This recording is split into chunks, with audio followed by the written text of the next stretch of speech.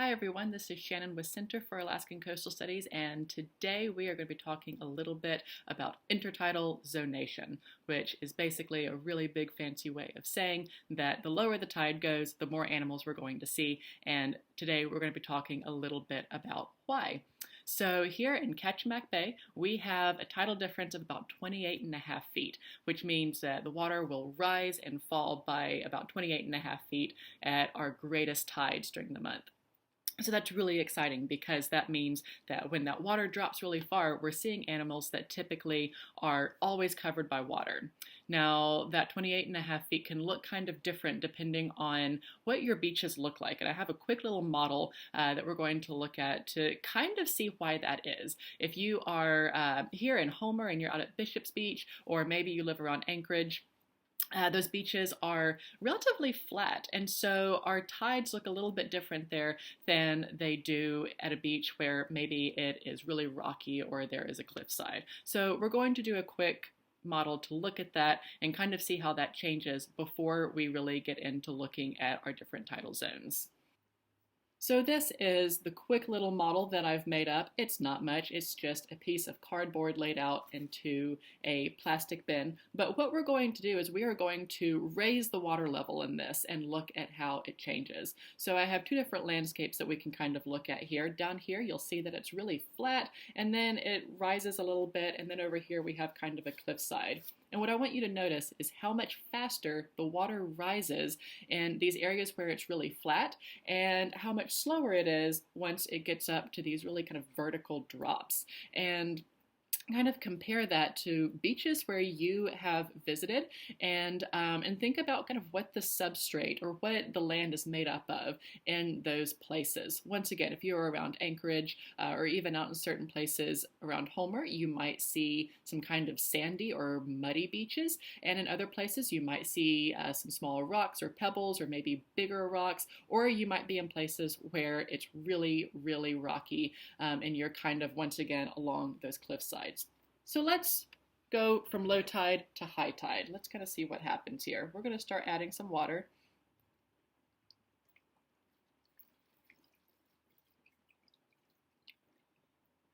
And so as we can see, just adding a little bit, we've already covered a good amount of the tide down here. We're going to keep adding that water in.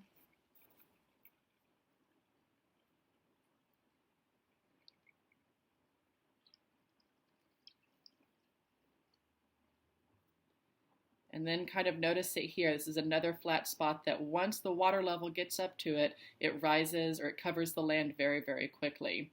Now that we've covered most of that flat part, we're kind of up to our cliffside here.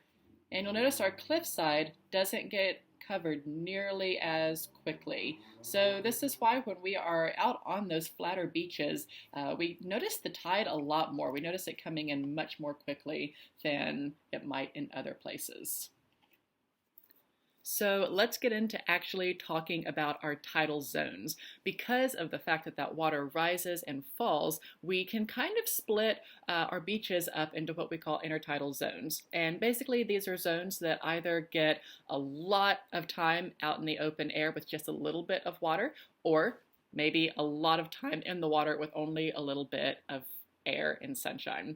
So that's going to change the things that are living there. It's going to change the types of animals that we see, and it's also going to change the adaptations that they have. Animals with adaptations to keep that water in their bodies, to keep from drying out or desiccating, are going to be further up the beach than animals that maybe don't have the same adaptations to do that. So we're going to see a couple of examples about that, starting with our subtidal zone. And you're also going to see a few other videos kind of linked along with this video that will show you an example of the zones out on Bishop's Beach and Homer.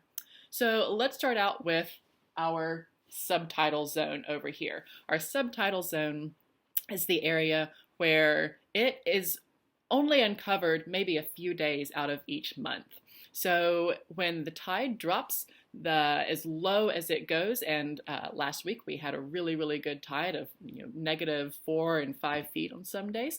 That is a time where most of the animals that are being exposed during that low tide are animals that are almost always covered by water. So it's kind of rare that we're able to see those, and that's why we get so excited over these low tides. So a few examples that you might see. We have a lot of unique crabs that kind of start showing up at that point. Things like heart crabs or butterfly crabs. We also might see different kinds of sea stars. So this is when things like our sunflower stars or our Stimson sea stars, Stimson sun stars might start showing up. And then, of course, my personal favorite, this is when we start to see those juvenile giant Pacific octopus. And those are animals that spend some time in the intertidal zone before they get really big and move further out to sea. So those are exciting things to see. Moving on up into our low tide zone. So our low tide zone, unlike our subtidal zone, our low tide zone is exposed a little bit more often. So even if we don't have extreme low tides, we might kind of be getting down into our low tide zone, even with zero foot tides, maybe -1 or 2 feet. So we don't have quite the diversity of animals here, but we're still going to see a lot of things that are kind of exciting. We're going to see some really cool nudibranchs, which, as you can see, these are animals that don't have a way of really keeping that moisture inside their body. They're going to rely on other things, like hiding under rocks, keeping out of the sun to make sure that they don't dry out. So we'll see a lot of really cool nudibranchs, like these rufous-tipped nudibranchs or the spotted nudibranch. And we also might run into some different kinds of sea urchins, like this red sea urchin. And then as we are continuing to move up, we get into our mid-tide zone. So our mid-tide zone is a place where it's exposed fairly frequently, and that means that we are going to continue seeing some animals that maybe show up in the low tide zone, but we're also going to be getting into some of the more common animals that we see maybe on a typical beach walk. So in our mid-tide zone, these are animals that are pretty consistently exposed to air and are covered by water. And this is kind of where we're going to start losing some of these major predators. A lot of the animals that we have in our lower tide zones are animals that are pretty good predators, especially things like octopus and sea stars. And as we're moving up, those predators are typically animals that need to have a good amount of water. So we won't be seeing as much of them, but we will still be seeing a lot of our true stars. We also might see things like different kinds of anemones, kind of like these burrowing anemones here, or even some different kinds of hermit crabs. So this is an example of a little hairy hermit that we found on the beach.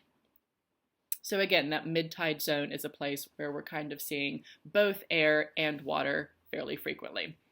And then we're going to get up into our high tide zone up here. So our high tide zone, this is where things are going to look a little bit different. It's a change that we kind of start seeing in that mid-tide zone because we are losing some of the predators, and we're going to start seeing animals, fewer kinds of animals. We're not going to see as much diversity, but we're going to see a lot more individual animals.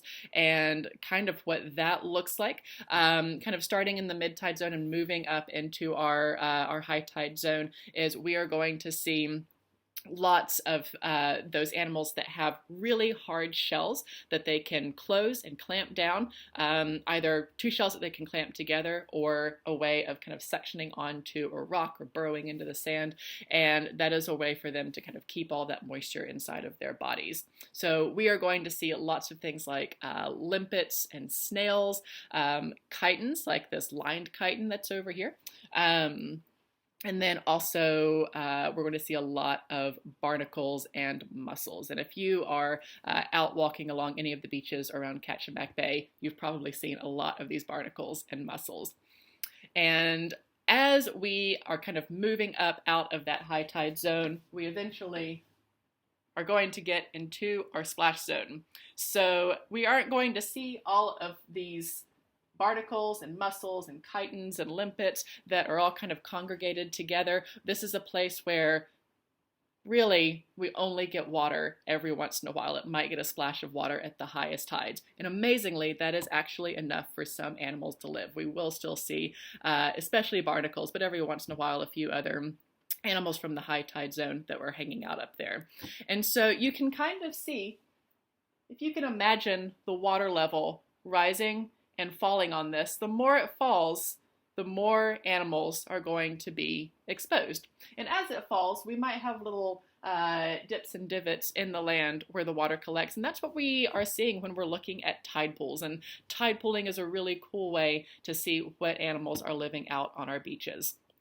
So I hope that explains a little bit about the beaches that we have around here and the way that the tides affect them. We have an incredible diversity of animals that lives here in Kachemak Bay, and one of the reasons that we are able to see them is because we have these incredible tides that can drop so low that it exposes hundreds of different kinds of animals. So we hope that you get the chance to go out and explore, and be sure to check our other videos for some other examples of animals that you can find out on our beaches.